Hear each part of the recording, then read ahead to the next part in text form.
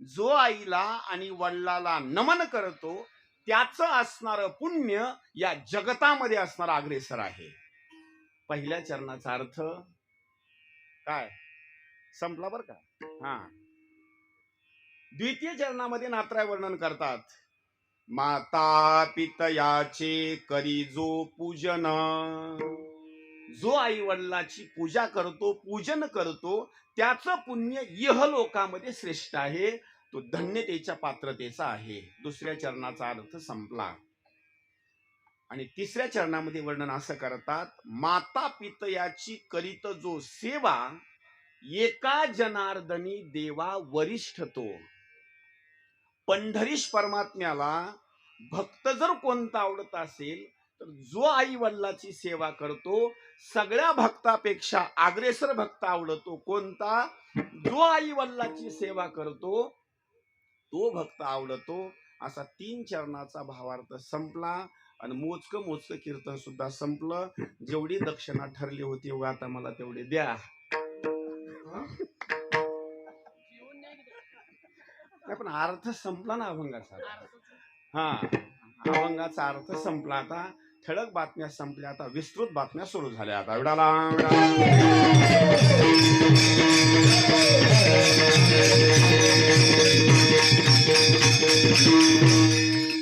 कीर्तनाला सुरुवात करण्यापूर्वी अनेक ठिकाणी कीर्तन करतो, पण सगळ्यात अगोदर मला अडचण जर कुणाची येत असेल तर मृदंगाचार्याची. 1 नंबर बरं का. लग्न झालंय का? म्हणूनच तुम्ही एवढं म्हणजे हे वाजवणं म्हणजे साधी गोष्ट नाही. अजिबात नाही. मग तेच म्हणतो ना, हरिपाठाला पुन्हा घरून जर ह्यांना सांगितलं लय वाजू नका, एकदम उत्कृष्ट असणारे मृदंगाचार्य टाळ्या वाजवायला. नंबर 2 असणारे विनेकरी बाबा, त्यांचं सुद्धा वर्णन बरं का छान आहे, छान. यांची भूमिका जर सांगायची म्हटलं तर कीर्तन सुटेपर्यंत हे नारद मुनी, फक्त भांडणं कुणाचे लावू नका. ऐका, सगळे जे गायक मंडळी आहेत, भजनी मंडळी आहेत, हे कोण आहेत माहिती? भगवद्गीतेमध्ये सुंदर वर्णन केलेलं आहे. गंधर्वा नाम चित्ररथहस. सगळे जे माणसं आहेत का नाही गायनाचार्य, हे कोण आहेत? सगळे चित्ररथ नावाचे गंधर्वच आहेत. बस सगळे बर का. तुम्ही अजिबात स्वतःला कमी समजायचं नाही.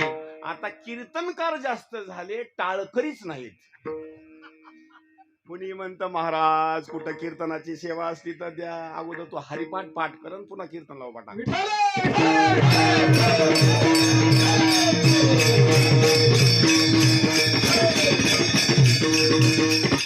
आणि सगळे ऐकणारी मंडळी जे आहेत का नाही, तुमचं घर दार वगैरे सगळं सोडून तुम्ही माझं कीर्तन ऐकण्याकरता आलात. माझी बायको सुद्धा कीर्तन माझं ऐकत नाही, अजिबात ऐकत नाही. उलट मला म्हणते तुम्हाला काळीची अक्कल नाही. मला प्रश्न मोठा पडलेला आहे, हे लोक पैसे देऊन माझं कीर्तन काय ऐकतात? ऐका, माझं सोडून द्या. भगवान शंकर कीर्तन सांगतात, पार्वती मातेला झोप लागते. काय कौतुकाची गोष्ट आहे. पुढलं वाक्य ऐका. सगळी मंडळी तुम्ही कीर्तनाला ऐकण्याकरता आलात ना. प्रभू तुम्ही महिषाची या मूर्ती. तुम्ही कधी सुद्धा कमी समजायचं नाही. खाली बसलेली सगळी मंडळी जर कोण असेल तर साक्षात भगवान शंकराची असणारी मूर्ती. फक्त आता इथून पुढे एक नेम बदला. कोणता माहिती का? लोक कीर्तन करायला पैसे देतात. एकदम शांत बसा बरं का, गर्दा करू नका. शांत बसा. लोक कीर्तन करायला पैसे देतात, मृदंगाचार्याला देतात, पेटी वाजवणाऱ्याला देतात, गायनाचार्य मंडळीला देतात, विनेकरी बाबांना देतात. फक्त इथून पुढे ऐकणाऱ्या माणसाला 100 रुपयाने एक नारळ द्या, बसाय जागा पुरणार नाही.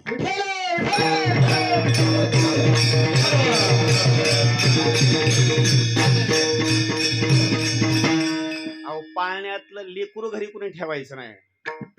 म्हातारा जरी बाजावर असला तर चला बाबा कीर्तनाला, करता 100 रुपये करता. ऐका, आजची असणारी जी कीर्तन रूपी सेवा आहे संपूर्ण गावकरी मंडळीला ज्ञात आहे. आजची असणारी ही कीर्तन रूपी सेवा श्री तायप्पा हरिबा जैन जांगडे आणि सौ शोभा तायप्पा जैन जांगडे यांच्या असणाऱ्या 75व्या अमृत महोत्सव सोहळा व गुरुवर्य श्री हभप शंकर महाराज गवळी आणि डॉक्टर श्री श्री 108 महामंडळेश्वर दीपा मंबी नंदगीर किन्नर आखाडा महामंडळेश्वर जिल्हा पुणे या संपूर्ण असणाऱ्या जणांचा असणारा पूजनाचा असणारा एक कार्यक्रम आणि हा कार्यक्रम आयोजित करीत असताना आता लक्ष देऊन ऐका. नंबर 1, आपल्या आईच्या बाबतीमध्ये आणि वडिलांच्या बाबतीमध्ये या ठिकाणी पूजनाचा असणारा जो काही सोहळा ठेवलेला आहे 2 असणारी सुपुत्र आहेत. प्रमाण आपल्याला माहिती आहे. कुळी कन्या पुत्र होती जे सात्विक आणि तयाचा हरीख वाटे देवा. नंबर 1 प्रभाकर आणि मनोज असणारे 2 सुपुत्र. 3 असणाऱ्या कन्या चतुरा मनीषा आणि वनिता. 3 असणाऱ्या कन्या आणि 2 असणाऱ्या सुनबाई म्हणजे ग्रीष्मा आणि स्वप्नाली. तसेच नातू हृदय अयोध्या आस्विका त्रिवेणी प्रगती विक्रम संग्राम अजित गणेश गिरीश समस्त जैन जांगडे परिवार उंबरगाव तालुका पंढरपूर जिल्हा सोलापूर. आणि सगळ्या जणांचा भेटीचा योग जर कोणी आणला असेल तर आमच्या हरिभक्तीपरायण योगेश महाराज. बरं काय, इकडे मला कुणाचा सुद्धा परिचय अजिबात असणारा नव्हता, अजिबात नव्हता. त्यांनी कारभारीच्या मठामध्ये असणारं आळंदीला माझं कीर्तन ऐकलं. त्यांनी सहज विनंती केली, महाराज म्हणजे तुम्ही कीर्तनाला या. सगळ्याच्या चरणी नतमस्तक होतून कीर्तन रूपी सेवेला सुरुवात करतो. विडाला विडाला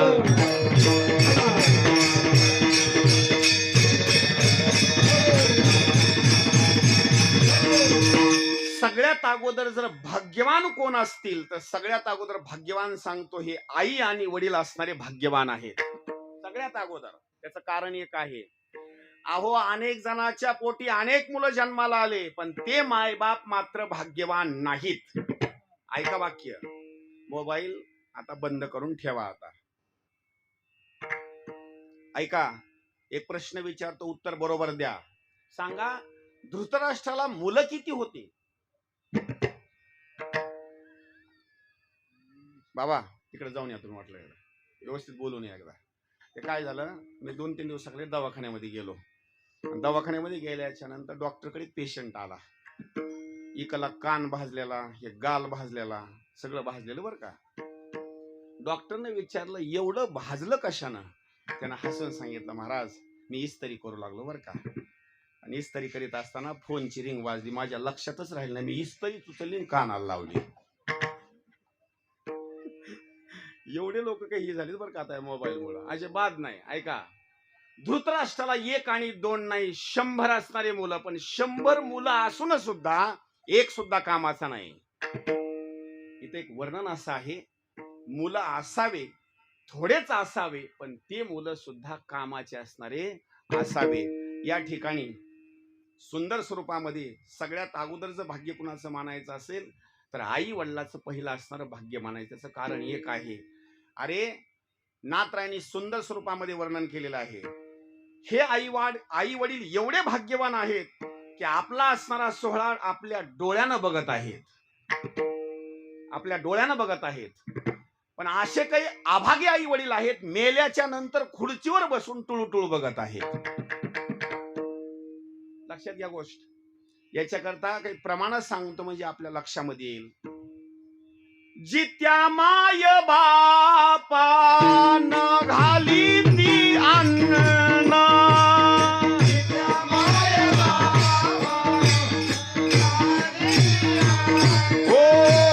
जित्या माय बापान घाली ती अन्न,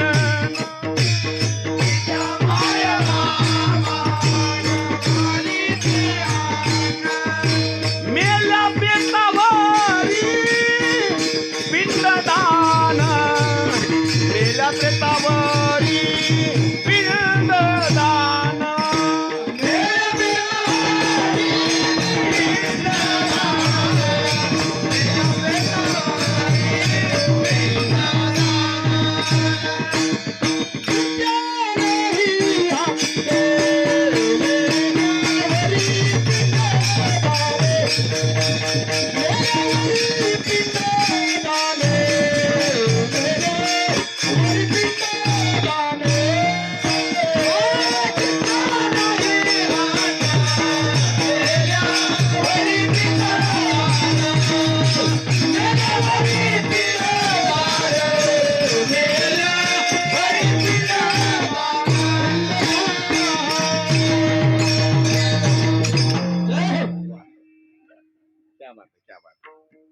जित्या मा